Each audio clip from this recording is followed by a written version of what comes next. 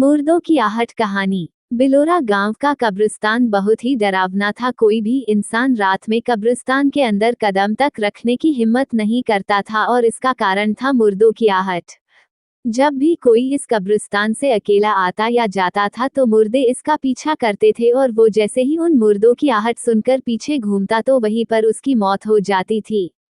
बिलोरा गांव के लोग तो कई कहानियां सुनाते थे। अनिल, मेरे मामा जी एक रात कब्रिस्तान के रास्ते से आ रहे थे। वो डरे हुए थे, इसीलिए हनुमान मंत्र पढ़ते हुए आ रहे थे। उन्हें कब्रिस्तान के भूतों के बारे में पता था। फिर उन्हें मुर्दों की आहट सुनाई देने लगी। वो सीधे सामने देखकर चलने लगे और फिर उन्हें मामी की आवाज सुनाई दी और मामी की आवाज सुनते ही वो मुड़ गए और फिर मुर्दे घसीटकर उन्हें कब्र में लेकर आए। मनु, तुझे ये सब कैसे पता चला? अनिल, क्योंकि अगली सुबह तक मेरे मामा जिंदा थे। उन्होंने अपने साथ हुआ सब कुछ मेरे पिताजी को बताया और पिताजी ने मुझे बताया। मनु, फिर तो वो कब्रिस्तान बहुत खतरनाक है। राम, ऐसा कैसे हो सकता है? सुना है बूढ़ा मुकेश उस कब्रिस्तान का सालों से रखवाली कर रहा है। मनु, हाँ वो तो है। अगर उस कब्रिस्तान में मुर्दे हैं तो मुकेश अभी तक जिंदा कैसे है? राम, चलो उसी से पूछते हैं। तीनों गांव वाले सच जानने के लिए मुकेश के पास गए। अनिल, मुकेश काका, मुझे आपसे कुछ जानना है। मुकेश, यही ना कि क्या इस कब्रिस्तान में मुर्दे सच में जिंदे होते हैं या नहीं? तो सुनो, होते हैं। रोज रात इस कब्रिस्तान के हर मुर्दे जिंदे होते हैं और हर जिंदा इंसान का पीछा करते हैं। मनु, अगर ऐसा है तो तुम्हारा भी पीछा किया होगा, तुम कैसे बच गए? मुकेश, इसके लिए तुम्हें मेरी कहानी सुननी होगी। राम, हाँ हाँ, तो सुनाओ काका। मुकेश, आज से 35 साल पहले की बात है। मैं और मेरा दोस्त सुरेश दोनों अनाथ थे और काम की तलाश में बिलोरा पहुंचे। यहाँ हम इस चर्च में फादर एंथोनी से मिले और फादर से बोले, फादर, हम दोनों यहाँ काम की तलाश में भटक रहे हैं, क्या आपके पास हमारे लिए कोई काम है? फादर, काम तो है पर बहुत डेंजर है, तुम दोनों की जान भी जा सकती है। सुरेश, वैसे भी हम भूख से तड़प तड़प कर मर जाएंगे, चारों ओर सूखा छाया है, कोई काम नहीं है। फादर, ठीक है। फादर एंथोनी हमें कब्रिस्तान में ले गए और बोले, ये बहुत ही पुराना कब्रिस्तान है, यहाँ अंग्रेजों की कब्र है, तुम्हें इस कब्रिस्तान की रखवाली करनी है। सुरेश, भला इस कब्रिस्तान को रखवाली की क्या जरूरत है? फादर, कब्रिस्तान को रखवाली की जरूरत नहीं है, पर तुम्हें यहाँ आने से लोगों को रोकना होगा, तुम्हें लोगों की रक्षा करनी होगी। मुकेश, पर कैसे? फादर, इन मुर्दों से, ये मुर्दे रात के अंधेरे में ये सारे मुर्दे जिंदा हो जाते हैं और जिंदा इंसानों का पीछा करते हैं। जो भी इनकी आवाज सुनकर पीछे मुड़ता है उसका अंत निश्चित है।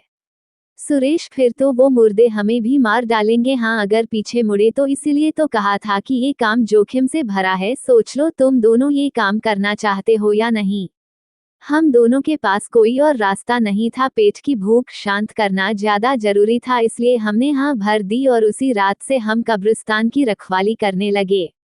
कुछ रात तक सब कुछ ठीक था। एक रात हमें लगा कि जैसे कोई हमारा पीछा कर रहा है। मुकेश, सुरेश, जैसे हमारे पीछे कोई है, लेकिन गलती से मुड़ना मत, चुपचाप गेट तक चल। हम लोग डरते हुए गेट तक आए और सुबह होने तक वहीं बैठे रहे और कई बार हमारे साथ ऐसा हुआ और हर बार हम गेट पर आकर बैठ जाते थे। मुर्दे पता नहीं क्यों गेट तक नहीं आ पाते थे। कई साल बीत गए, हम बिलोरा गांव में खुश थे। सुरेश को एक लड़की गौरी से प्यार हो गया था। वह छुप छुप कर गौरी को देखा करता था। एक बार जब हम कब्रिस्तान में रखवाली कर रहे थे तो फिर से मुर्दों ने हमारा पीछा शुरू किया। हम हमेशा की तरह गेट की तरफ बढ़ चले। हमें मुर्दों की आहट सुनाई दे रही थी, लेकिन फिर भी हम चलते जा रहे थे।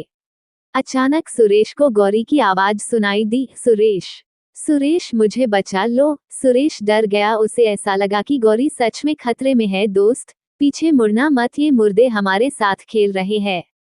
सुरेश, नहीं, मेरी गौरी, गौरी को बचाना होगा। सुरेश पीछे मुड़ा और मुर्दों ने सुरेश को घसीट लिया। मैं अपने दोस्त को बचाना चाहता था, पर क्या करता? मुझे पता था कि अगर मैं पीछे मुड़ा तो मेरा भी यही हश्र होगा। मैं रोते रोते गेट की ओर चल पड़ा और गेट पर पहुंचकर फुट फुट कर रोने लगा।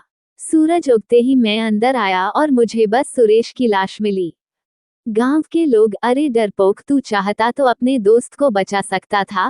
काया है तू, काया। फादर मुकेश, तुमने जो किया सही किया, अगर तुम पीछे मुड़ते तो वो तुम्हें भी मार देते और फिर ये सब गांव वाले बोलते कि तुम दोनों के दोनों बेवकूफ खुद अपनी मौत मरे। बस वो दिन था, उसके बाद मैं समझ गया कि गांव के कब्रिस्तान के मुर्दे किसी की भी आवाज में बात कर सकते हैं, उन्हें बस शिकार करना होता है। मैं 35 साल से इस कब्रिस्तान से रखवाली कर रहा हूं ताकि और आदमी इन मुर्दों का शिकार ना हो सके, पर गांव वाले इसे मंगनत सोच कर आ ही जाते हैं। कुछ गांव वाले इन मुर्दों का शिकार भी बने, पर मेरी कोई सुनता कहा है। तुम लोग मेरा बात हमेशा याद रखना, पहले तो इस कब्रिस्तान के आसपास से तो बिल्कुल मत गुजरना, और दूसरा, अगर कभी वक्त आ पड़े तुम्हें यहाँ से गुजरना पड़े तो मुर्दों की आहट सुनकर पीछे मत मुड़ना। बूढ़ा मुकेश इतना कुछ बोलकर अपने काम पर निकल गया और यहाँ ये तीनों दोस्त बातें करने लगे। मनु, मुझे लग रहा है ये बूढ़ा मुकेश हमें कहानी सुना रहा है। राम, मुझे भी यही लग रहा है। मनु, आज हम सच का सच और झूठ का झूठ पता लगाकर रहेंगे। आज हम तीनों कब्रिस्तान में आएंगे, वो भी रात को। रात के वक्त तीनों दोस्त कब्रिस्तान पहुंचे। कब्रिस्तान में अलग ही शांति थी। वो कुछ ही कदम चले थे कि उन्हें ऐसा लगने लगा कि कोई उनका पीछा कर रहा है। राम, पीछे कोई है। मनु, बूढ़ा मुकेश होगा, हमें डरने की कोशिश कर रहा होगा। अनिल, हाँ हाँ वही होगा। तभी पीछे से आवाज आती है, अरे तुम तीनों यहाँ। मुकेश की आवाज सुनकर तीनों पीछे मुड़े और मुर्दों ने एक एक करके उन्हें भी घसीट लिया। कब्रों के अंदर सब मारे गए। काश ये तीनों बूढ़े मुकेश की बात सुन लेते। यदि ये कहानी आपको पसंद आई हो तो अपने दोस्तों और अन्य लोगों के साथ शेयर जरूर करिएगा।